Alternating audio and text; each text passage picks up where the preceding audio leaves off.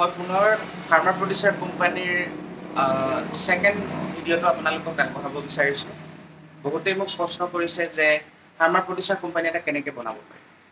যে farmer producer company এটা বনাবলৈ যাওঁতে বেছিকেলি আমি ডিচাইড কৰিব লাগিব যে আমি কি কৰিব বিচাৰিছোঁ।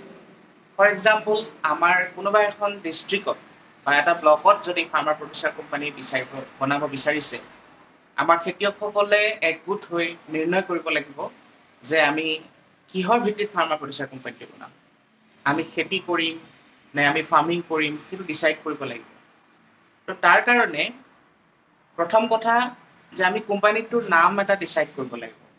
হয়তো ৰেজিষ্ট্ৰেশ্যন কৰিবলৈ যাওঁতে আমি 2-3টা বিভিন্ন ধৰণৰ নাম বাছি উলিয়াব লাগিব।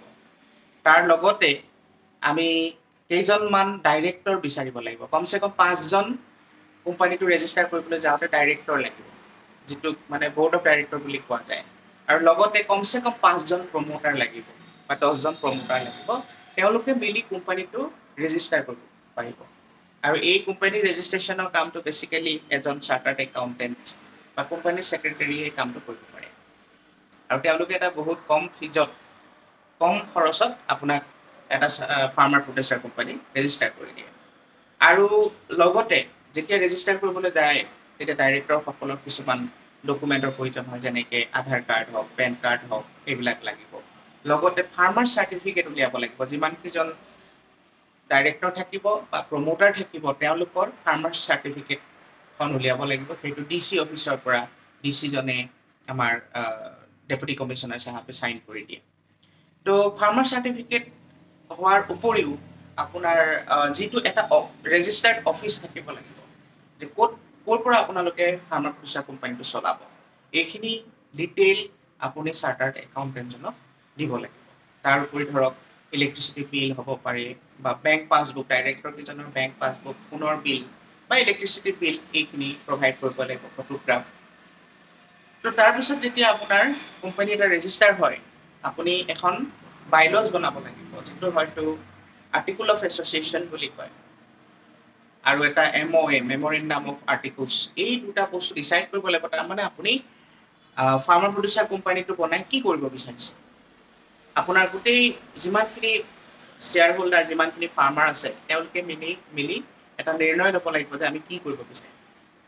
ফৰ এক্সাম্পল, বোলে আমি এইবাৰ ভালদৰে খেতি কৰিম, ধানৰ খেতি কৰিম। ধানৰ কোনটো জাতৰ খেতি কৰিম, কোনটো জাতৰ খেতি কৰিলে আমি বজাৰত এটা ভাল দাম পাম। আমি হয়তো ঘৰত খাবলৈও আমাক লাগিব ধান বা চাউল।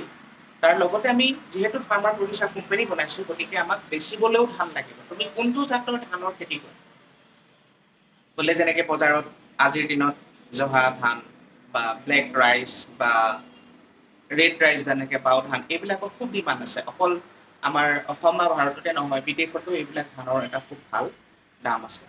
হয়তো আমি নহয় বোলে আমি পল্ট্ৰি ফাৰ্মিং কৰিব বিচাৰিছোঁ, আমাৰ কমচে কম 500জন শ্বেয়াৰ হোল্ডাৰে মিলি লেয়াৰ ফাৰ্মিং কৰিব বিচাৰিছে। তো এই গোটেই বস্তুবিলাক ডিচাইড কৰিব লাগিব, তাৰপিছত পৰ্যায়ক্ৰমে আগবাঢ়ি যাব লাগিব। তো গতিকে এটা ফাৰ্মাৰ প্ৰডিউচাৰ কোম্পানী কেনেকুৱা হয়, সেইটো এটা প্ৰায় প্ৰাইভেট লিমিটেড কোম্পানী আৰু কোঅপাৰেটিভ ছ'চাইটিৰ এটা মাজৰ বস্তু।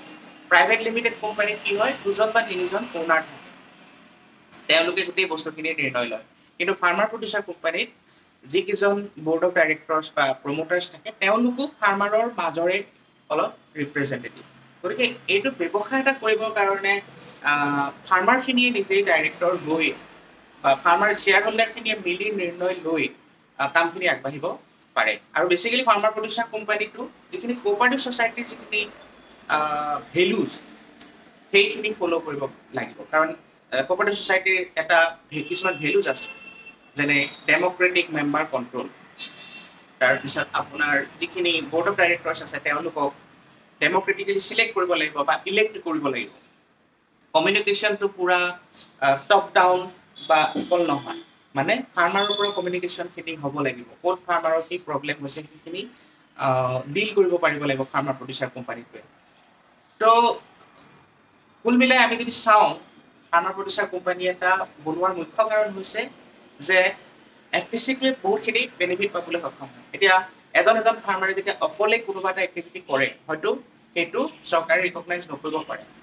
বিভিন্ন সা সুবিধা তেওঁ নাপাব পাৰে, কিন্তু এপিচিতে হোৱাৰ লগে লগে বিভিন্ন ধৰণৰ বেংক বা NBFCs তেওঁলোকৰ নজৰত আহে। তো বেংকেও বিভিন্ন ধৰণৰ লোন প্ৰভাইড কৰিবলৈ আগবাঢ়ি আহে, বা আপোনাৰ চৰকাৰৰ বিভিন্ন স্কিম আছে, ইকুইটি গ্ৰাণ্ট স্কিম বা বিভিন্ন ধৰণৰ ফাণ্ডিং আছে, যেনেকৈ এগ্ৰি ইনফ্ৰাষ্ট্ৰাকচাৰ ফাণ্ড, এনিমেল হাজবেণ্ডাৰী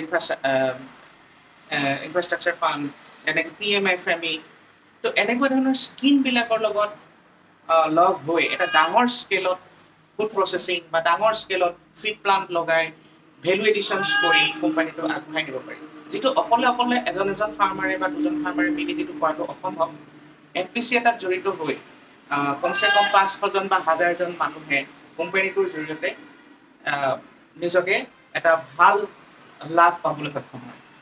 তো গতিকে আমি এপিচিৰ এই বিভিন্ন দিশবিলাকক লৈ আলোচনা কৰোঁ আহক, আৰু আহিবলগীয়া সময়ত এপিচিত কোনবিলাক টপিকৰ ওপৰত ভিডিঅ' বনোৱাটো প্ৰয়োজন সেইটো আপোনালোকে মোক হয়তো কমেণ্টত জনাব বুলি আশা ৰাখিলোঁ।